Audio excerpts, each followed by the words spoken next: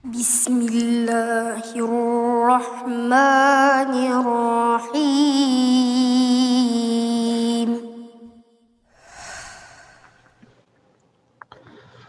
Alhamdulillah wassalatu wassalamu ala Rasulillah wa ala alihi wa sahbihi wa mawalah wa la hawla wa la quwata illa billahi wa ba'du.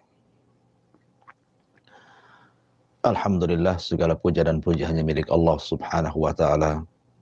Salawat dan salam kita hadiahkan kepada Rasul kita Nabi besar Muhammad sallallahu alaihi wa ala alihi wasallam.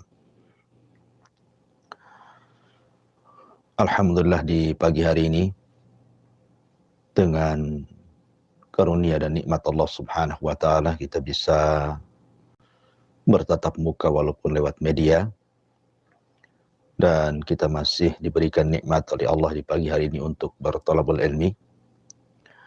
Salawat serta salam tentunya demi keberkahan majlis di pagi hari ini kita hadiahkan kepada Rasulullah A'zam Rasulullah Muhammad sallallahu alaihi wa ala alihi wasallam. Pagi hari ini kita akan membahas tentang ma'un mubarakah, air yang sangat berkah, bahkan terberkah di bumi ini. Tidak ada air yang lebih berkah dibandingkan ma'u Zamzam, air Zamzam. Bagaimana kisahnya? Apa kemudian faedah-faedah dari air Zamzam ini?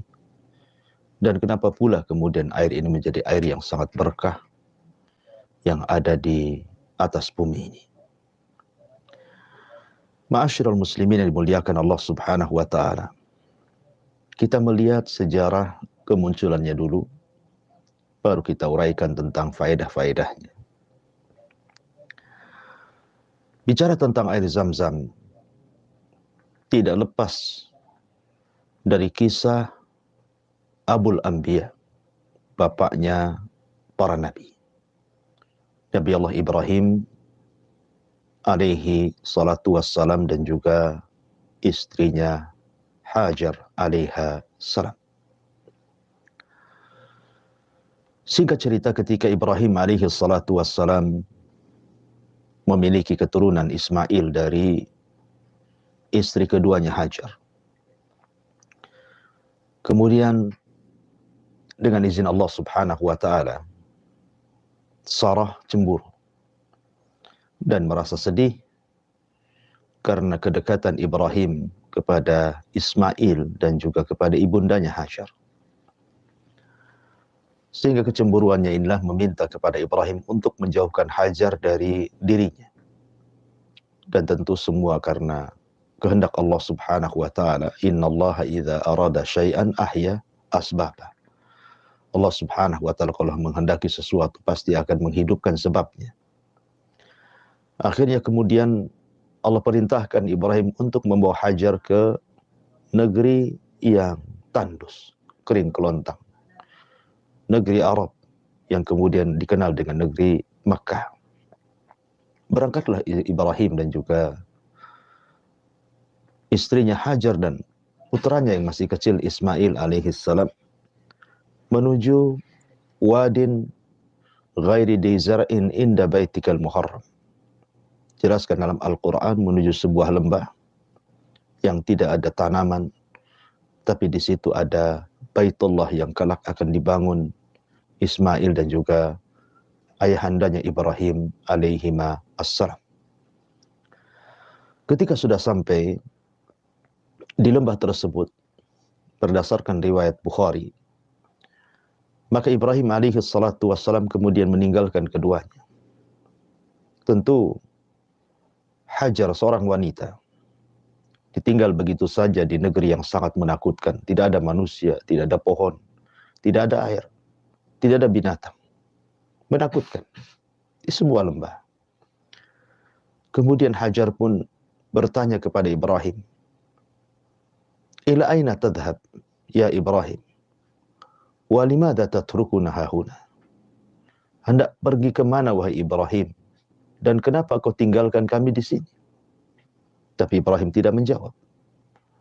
Sampai akhirnya kemudian Ibrahim menjelaskan bahwa aku tinggalkan dirimu di sini ilallah, kepada Allah Subhanahu wa taala.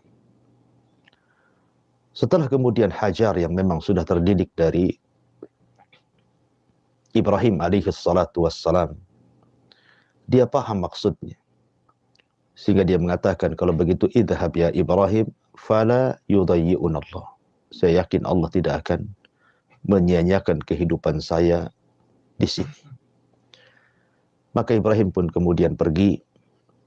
Kemudian setelah Ibrahim alaihi salatu wassalam menjauh daripada Hajar alaihi salam, maka kemudian Ibrahim alaihi salatu wassalam dari kejauhan berdoa kepada Allah Subhanahu wa taala dan mengatakan, Rabbi inni askantu min dzurriyyati biwadin ghairi dzi zar'in inda baitikal muharram. Ya Rabb, aku telah meninggalkan seluruh keluargaku dan boleh jadi nanti anak keturunanku di sini, di sebuah lembah yang tidak ada tanaman, di sisi rumahmu Baitullah Al-Haram. Dan Ibrahim mendoakan kebaikan kepada mereka dan kembali ke Syam, Palestina. Kembali ke kisah Hajar dan juga Ismail. Akhirnya kemudian Hajar dan Ismail ini sendirian di negeri yang sangat menakutkan. Di lembah yang kering kelontang. Tidak ada tanaman, tidak ada tumbuhan, tidak ada makanan, tidak ada minuman. Bahkan tidak ada manusia dan tidak ada sesuatu pun di situ. Tetapi karena tawakal yang kuat yang diajarkan oleh Ibrahim kepada Hajar, maka Hajar pun bisa menghadapi itu semua atas pertolongan Allah Subhanahu wa taala. Ketika perbekalan sudah habis, minuman pun sudah mulai menipis, maka Hajar berusaha untuk mencari air. Kemudian dia naik ke Bukit Safa. Kemudian lari ke Marwah. Kemudian balik lagi ke Safa. Sampai 7 kali. Kemudian dia khawatir dengan kondisi putranya Ismail alaihi salam. Akhirnya kemudian dia pun kembali untuk melihat-lihat putranya. Tapi di tengah jalan tiba-tiba dia mendengar suara. Rupanya suara itu berasal dari Jibril alaihi salam. Lah, Jibril ini rupanya sudah berada di samping bayi kecil, bayi mungil Ismail alaihi salam.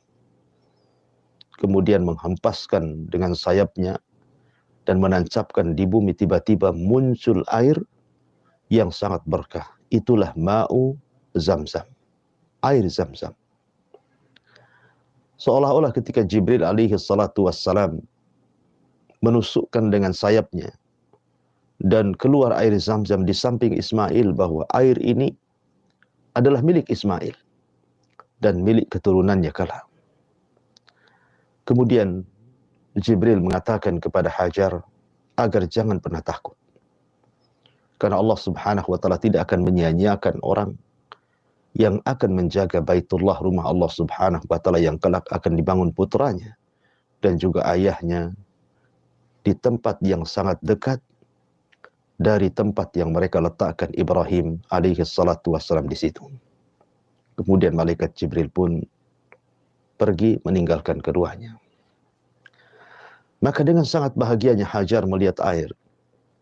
Maka dia lantas membendung air tersebut.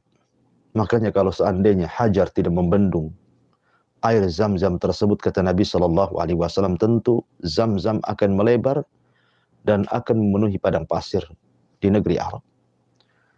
Tetapi dengan izin Allah Subhanahu wa taala, maka Hajar pun kemudian membendung dan mengatakan Zam, Zam, Zam, sambil kemudian mengangkat tangan, meraih tanah-tanah di sekitarnya, kemudian membuat lingkaran, dan jadilah kemudian Zamzam menjadi sebuah sumur yang kemudian diberi nama Ma'u Zamzam. Itulah sejarah awal kenapa munculnya air Zamzam.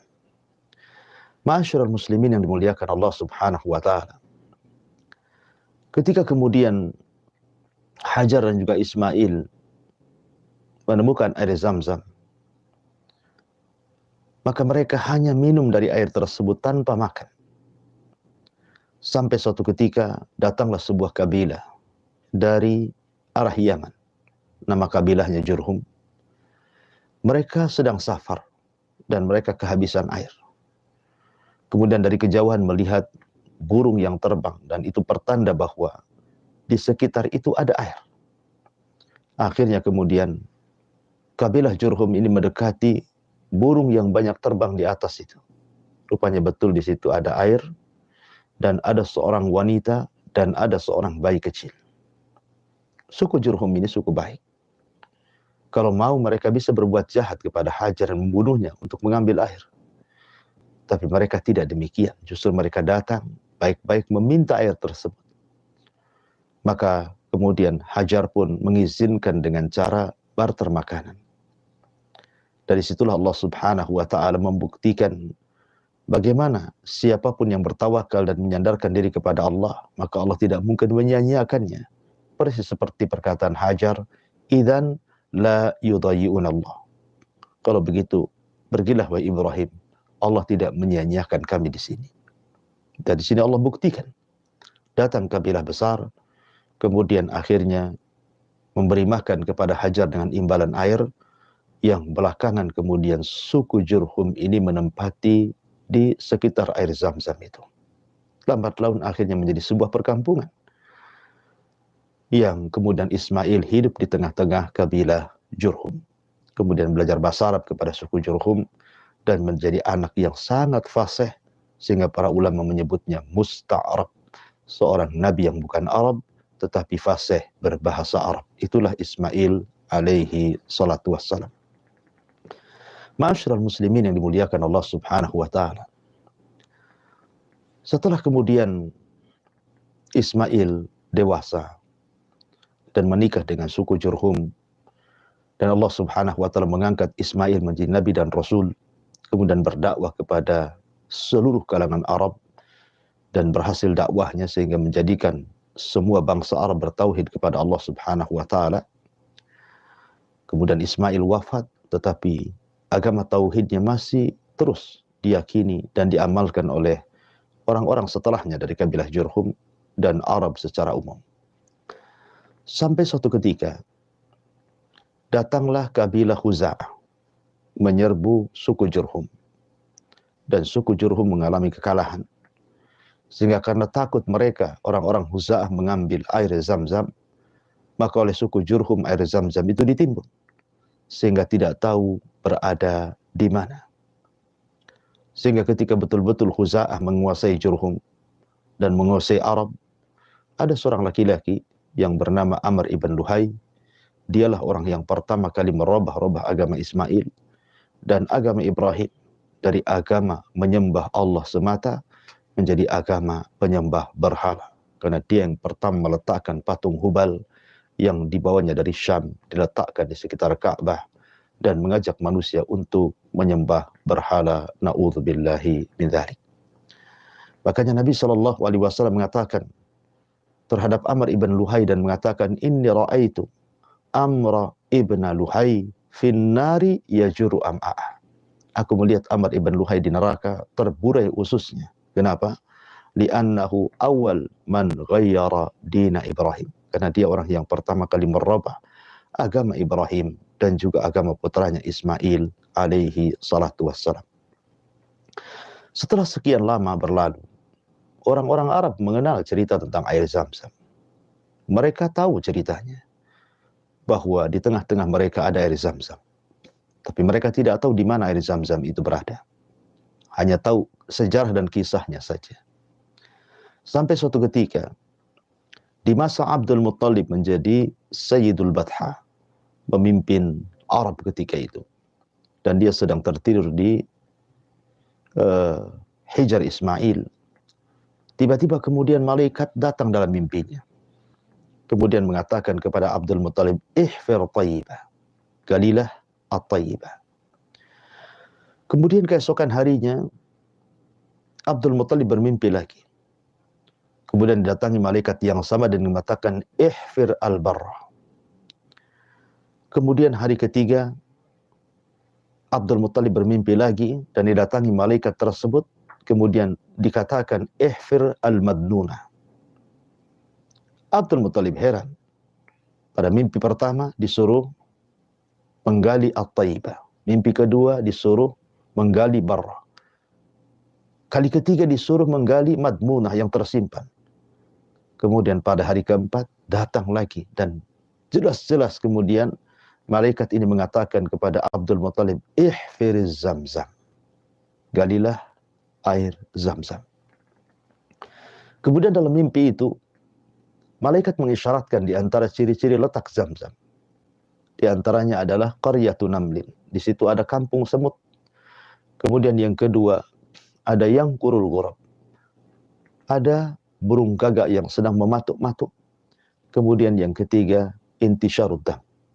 Di mana akan ada darah yang tertumpah di situ. Kalau ada tanda-tanda tiga ini, berarti galilah di situ. Maka disitulah terdapat air Zamzam. Akhirnya kemudian Abdul Muttalib suatu hari dia lewat di perkampungan Arab. Akhirnya dia lewat di sebuah tempat yang banyak semutnya. Dia teringat dengan mimpinya. Kalau di situ ada kampung semut, kemudian dia melihat ada gagak yang sedang mematuk-matuk semut di situ. Kemudian tiba-tiba ada unta lari, dikejar-kejar oleh pemiliknya. Ketika sampai di kampung semut tersebut, tiba-tiba pemiliknya menyembelih unta tersebut sehingga darah kemudian menumpah di tempat yang banyak semut itu. Abdul Muttalib terfikir bahwa jangan-jangan ini mimpi yang diisyaratkan dalam mimpiku. Akhirnya kemudian Abdul Muttalib pun berusaha menggali tempat tersebut. Subhanallah. Ketika Abdul Muttalib dan juga putranya yang ketika itu tidak memiliki putra kecuali satu namanya Al-Harith. Dan Harith kemudian mencangkul tempat tersebut. Setelah kemudian beberapa meter dia mencangkul, rupanya Abdul Muttalib dan juga Al-Harith mendapatkan pondasi daripada sumur Zamzam. Disitulah kemudian keduanya bertakbir. Mendengar takbirnya keduanya, maka pembesar-pembesar Quraisy pada datang. Kemudian mereka mengetahui bahwa Abdul Muttalib telah menemukan air Zamzam yang selama ini ditimbun oleh kabilah Jurhum. Tiba-tiba kemudian mereka mengatakan, ya Abdul Muttalib, walaupun engkau yang menemukan air Zamzam ini, bukan berarti kemudian Zamzam ini milikmu. Karena sumur Zamzam ini milik bapak kita semuanya, Ismail alaihi salam. Maka kami punya hak bagian dengan air Zamzam ini. Kata Abdul Muttalib, oh tidak, aku yang menemukannya. Sehingga air Zamzam ini khusus untuk diriku dan kabilahku. Akan tapi orang-orang Quraisy mengatakan tidak bisa. Kami siap bermusuhan denganmu untuk mengambil hak kami dari air Zamzam ini. Akhirnya kemudian mereka pun sepakat untuk datang kepada seorang dukun Hudzail dari Bani Sa'ad yang berada di perbatasan Syam guna mendamaikan tentang hak kepemilikan Zamzam ini. Akhirnya kemudian berangkatlah masing-masing kabilah mengutus nafar beberapa orang untuk mengadu kepada sang dukun Hudzail yang ada di Bani Sa'ad yang ada di perbatasan Syam. Sementara dari Hijaz ke sana itu cukup jauh karena melintasi padang pasir. Berangkatlah rombongan ini bersama Abdul Muttalib untuk menemui sang dukun Hudzail yang ada di perbatasan Syam. Karena jauhnya jarak, akhirnya kemudian kehabisan bekal di tengah jalan. Kemudian satu persatu banyak meninggal. Hampir-hampir kemudian tinggal sedikit orang yang selamat dari kematian karena kehabisan bekal dan kehausan di tengah padang pasir. Kemudian yang tersisa hidup mengatakan kepada Abdul Muttalib, bagaimana pendapatnya? Apakah perlu diteruskan atau tidak? Karena Abdul Muttalib mengatakan, ini kan yang kalian kehendaki. Akhirnya kemudian singkat cerita, ketika mereka sudah dalam kondisi kritis, sudah kehausan luar biasa dan hampir meninggal, tiba-tiba Allah Subhanahu wa taala takdirkan Abdul Muttalib kakinya menginjak padang pasir dan di balik sepatu yang dipakainya keluar air. Dari situlah akhirnya kemudian Abdul Muttalib minum dari air tersebut dan bisa memberi minum orang-orang yang atau pimpinan kabilah yang tersisa dan juga unta-unta mereka, sehingga kemudian mereka terselamatkan. Dari situlah akhirnya mereka pun tidak jadi datang kepada dukun dan berterima kasih kepada Abdul Muttalib yang sudah menemukan air di tengah padang pasir, dan mereka mengatakan, ya Abdul Muttalib, al-an la nukhasimuka abada fi ma'i Zamzam. Kalau begitu ya Abdul Muttalib, dari mulai sekarang kami tidak akan mempermasalahkan dan bermusuhan kepadamu tentang air Zamzam, karena engkau sudah menolong kami di sini. Dari situlah kemudian resmilah air Zamzam milik Abdul Muttalib, dan orang-orang Quraisy tidak berani untuk mengambil air Zamzam tanpa seizin Abdul Muttalib. Ma'asyiral muslimin yang dimuliakan Allah Subhanahu wa taala. Maka Abdul Muttalib pun kemudian menguasai Zamzam dan juga putranya Al-Harith ibni Abdul Muttalib. Kemudian Abdul Muttalib ketakutan kalau seandainya dia meninggal, putranya satu-satunya Al-Harith juga meninggal, tentu orang-orang Arab akan berebut tentang air Zamzam. Akhirnya kemudian Abdul Muttalib berdoa dan bernadar kepada Allah Subhanahu wa taala agar Allah mengkaruniakan kepadanya banyak keturunan dari laki-laki yang bisa kelak memelihara air Zamzam. Bahkan dia mengatakan dalam nadarnya, ya Rabb, kalau engkau berikan 10 keturunan laki-laki kepadaku, aku akan korbankan satu di antara mereka. Akhirnya Allah kabulkan. Abdul Muttalib pun kemudian memiliki banyak keturunan laki-laki. Salah satunya adalah ayahanda Nabi Shallallahu Alaihi Wasallam, Abdullah ibnu Abdul Muttalib. Ma'asyiral muslimin yang dimuliakan Allah Subhanahu wa taala. Dari sini kita tahu bahwa sejarah air Zamzam itu sudah ada sejak zaman Nabi Allah Ibrahim alaihi salatu wassalam. Maksudnya sejak zaman Nabi Ibrahim ketika meletakkan Hajar dan juga putranya di Ka'bah. Itulah sejarah awal kenapa muncul air Zamzam. Dan air Zamzam kemudian ditemukan di zaman Abdul Muttalib, dan sampai hari ini alhamdulillah air Zamzam itu tidak lagi tertimbun dan bisa dimanfaatkan dan bisa digunakan untuk minum, untuk berwudu, bahkan sebagainya untuk mandi. Dan setiap orang yang haji dan umrah, mereka akan mendapati air Zamzam dan bisa membawa pulang ke rumah-rumah mereka. Lalu apa manfaat air Zamzam ini? Kenapa kemudian sejarahnya begitu unik? Dicatat oleh ahli sejarah, diceritakan dari zaman ke zaman. Sehebat apa air Zamzam yang disebutkan dengan ma'un mubarak ini, air yang sangat berkah ini. Ma'asyiral muslimin yang dimuliakan Allah Subhanahu wa taala. Disebutkan dalam Sahih Muslim dari hadis Abi Dzar radhiyallahu an. Nabi sallallahu alaihi wasallam bersabda, Zamzam mubarakah.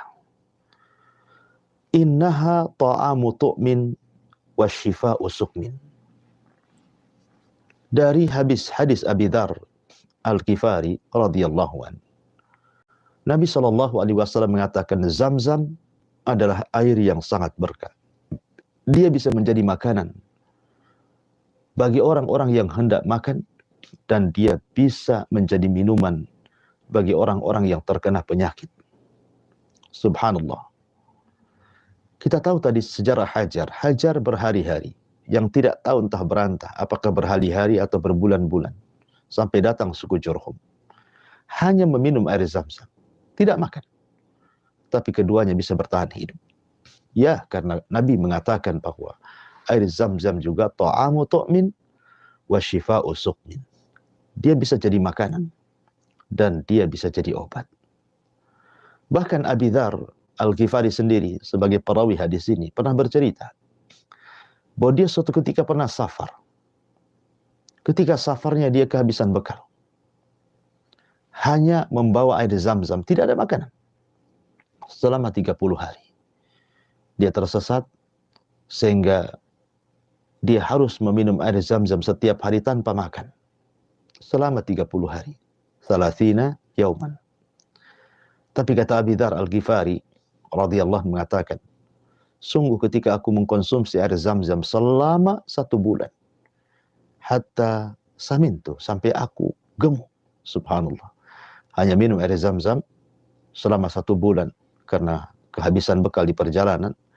Abi Dzar Al-Ghifari mengatakan, sampai aku gemuk hanya karena meminum air Zam-Zam. Sadaqallahul azim wa sadaqa rasuluhul karim. Sungguh benar apa yang disabdakan Nabi SAW bahwa Zam-Zam adalah ta'amu tu'min wa shifa'u suhmin. Dia adalah makanan dan dia juga obat bagi orang-orang yang sakit. Buktinya Abi Dzar Al-Ghifari 30 hari tersesat tidak makan, hanya minum air Zam-Zam sampai akhirnya badannya gemuk dan tidak ada tempat lagi di badannya kecuali membesar. Dan itu menunjukkan bahwa Zam-Zam bisa sebagai pengganti makanan. Tapi tentu dengan sebuah keyakinan, keikhlasan, dan amanah. Betul-betul dia yakin bahwa air Zam-Zam adalah air berkah. Dan Nabi SAW mengatakan bahwa dia adalah ta'amu tu'min wa shifa'u suqmin. Ma'asyiral muslimin yang dimuliakan Allah Subhanahu wa taala, bahkan sahabat Abdullah ibn Abbas radhiyallahu anhuma. Sahabat Abdullah ibn Abbas radhiyallahu anhuma. Beliau berdoa kepada Allah Subhanahu wa taala apabila beliau meminum air Zam-Zam. Maka beliau mengatakan, Allahumma inni as'aluka ilman nafi'ah wa rizqan wasi'ah wa shifaan min kulli da'in. Jadi Abdullah bin Abbas apabila meminum air Zam-Zam, maka dia berdoa kepada Allah, ya Allah, aku meminta kepadamu tambahan ilmu, aku minta kepadamu rizki yang luas, dan aku meminta kepadamu agar aku diobati dari segala penyakit. Subhanallah. Kenapa Ibnu Abbas radhiyallahu anhu apabila meminum air Zam-Zam dia berdoa seperti ini? Ya, karena Nabi SAW mengatakan, ma'u Zam-Zam lima syuribalahu. Air Zam-Zam itu bisa mengabulkan orang yang meminumnya. Air Zam-Zam bisa mengabulkan orang yang meminumnya. Karena sekali lagi bahwa Zam-Zam adalah ma'un khairu ma'in ala wajhil ardi. Air dan sebaik-baik air yang ada di kolong langit, yang ada di permukaan bumi, berdasarkan hadis yang dikeluarkan oleh Imam At-Tabrani dalam Al-Kabir dari hadis Abdullah ibn Abbas radhiyallahu anhuma, Nabi SAW mengatakan, khairu ma'in ala wajhil ardi ma'u Zam-Zam. Bahwa sebaik-baik air yang ada di permukaan bumi adalah air Zam-Zam. Karena dia juga adalah ma'un mubarakah, air yang sangat berkah. Berdasarkan hadis Abi Dzar yang tadi saya kutip, Zam-Zam mubarakah. Zam-Zam adalah air yang penuh dengan berkah. Dan Rasul mengatakan, ma'u Zam-Zam lima syuribalahu. Air Zam-Zam adalah air yang bisa mengabulkan siapapun yang meminumnya. Ma'asyiral muslimin yang dimuliakan Allah Subhanahu wa taala. Kemudian juga air Zam-Zam ini bagus untuk perobatan. Siapapun yang meminum air Zam-Zam dan meminta kepada Allah Subhanahu wa taala dengan wasilah Zam-Zam yang penuh dengan berkah untuk mengobati, maka Zam-Zam bisa digunakan untuk perobatan. Dan itu berdasarkan hadis Nabi SAW yang tadi saya sebutkan, yang dikeluarkan Imam Muslim. Kata Nabi SAW bahwa di antara faedah Zam-Zam adalah syifa'u suqmin.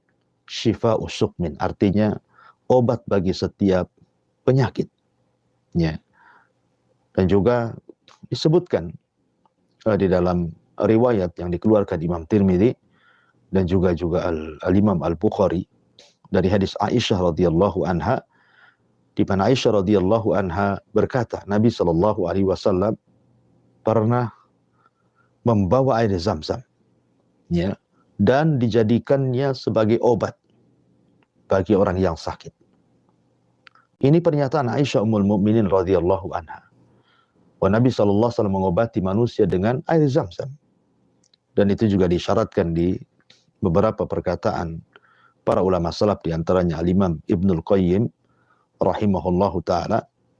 Beliau juga pernah mengalami sakit, kemudian beliau mengobati dengan cara minum air Zam-Zam. dan Allah Subhanahu wa taala sembuhkan penyakitnya. Ma'asyiral muslimin yang dimuliakan Allah Subhanahu wa taala, termasuk juga air Zam-Zam ini bisa membersihkan bukan hanya penyakit badan, tapi juga penyakit hati. Ingat ketika kita menceritakan tentang pembelahan dada Nabi Shallallahu Alaihi Wasallam saat peristiwa Isra Mi'raj, bagaimana Jibril alaihi salatu wassalam kemudian membawa Rasul dalam peristiwa besar ini, dan salah satu peristiwa yang dialami Rasul adalah pembelahan dada. Apa yang terjadi? Di mana Rasul diambil jantungnya kemudian dicuci dengan Zam-Zam, kemudian dipenuhi dengan iman dan hikmah dan dimasukkan kembali. Dari sini menunjukkan bahwa air Zam-Zam itu bisa juga membersihkan hati, tentu dengan niat. Dan niat kepada Allah Subhanahu wa taala agar Allah mengabulkan permintaannya saat minum air Zam-Zam, agar hatinya dibersihkan dari hasad, dari dendam, dari iri, dari yang lainnya. Karena itu juga salah satu faedah daripada air Zam-Zam. Ma'asyiral muslimin yang dimuliakan Allah Subhanahu wa taala, tentu faedah-faedah lainnya sangat banyak sekali kalau kita mau kupas tentang air yang sangat berkah ini. Namun waktu juga yang memisahkan kita. Insyaallah kita akan kupas lain kesempatan. Akhirnya